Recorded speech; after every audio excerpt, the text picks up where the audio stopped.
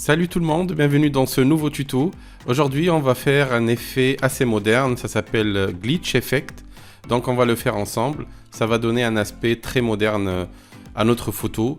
Voilà, donc pour commencer, on va prendre l'outil de sélection ici, comme vous voyez. Donc on va choisir le rectangle, on va cliquer dessus et on va sélectionner des petites zones.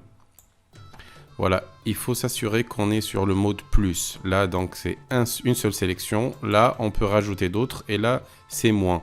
Voilà, on va faire des tailles assez différentes. Voilà.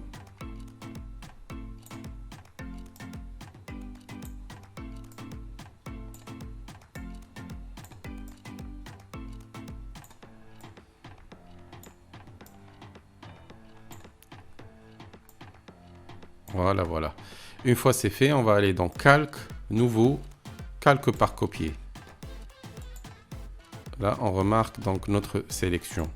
Là, on va cliquer sur notre calque et on va placer donc un effet dessus. On va sur Filtre et on va dans Distorsion et Onde.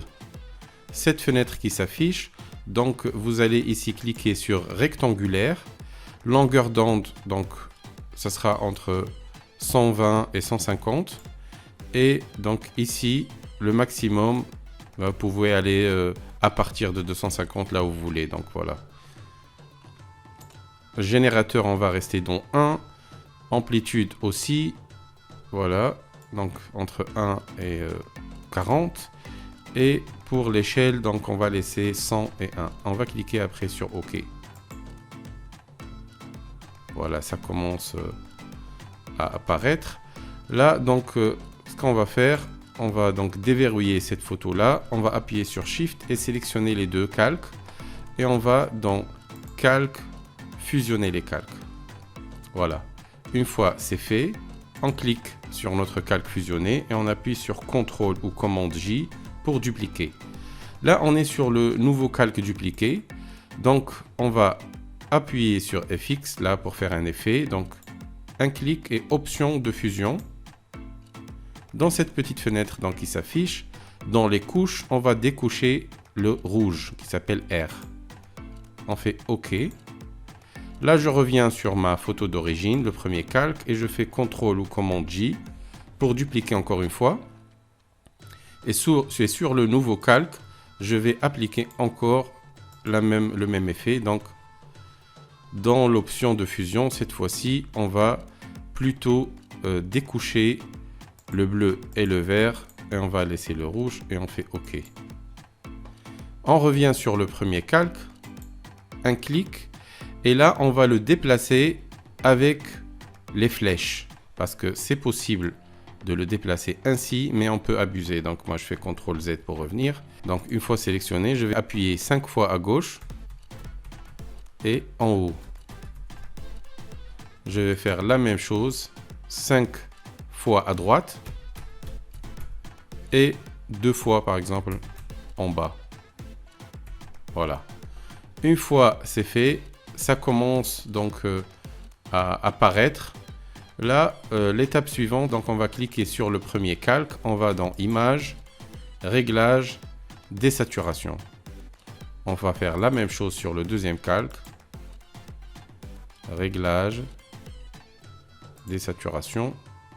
Et sur la photo d'origine aussi. Voilà, une fois c'est fait, je reviens sur mon premier calque. Et je vais dans cette icône là, je clique et je vais prendre teinte et saturation. Et je vais augmenter un peu la saturation. Voilà.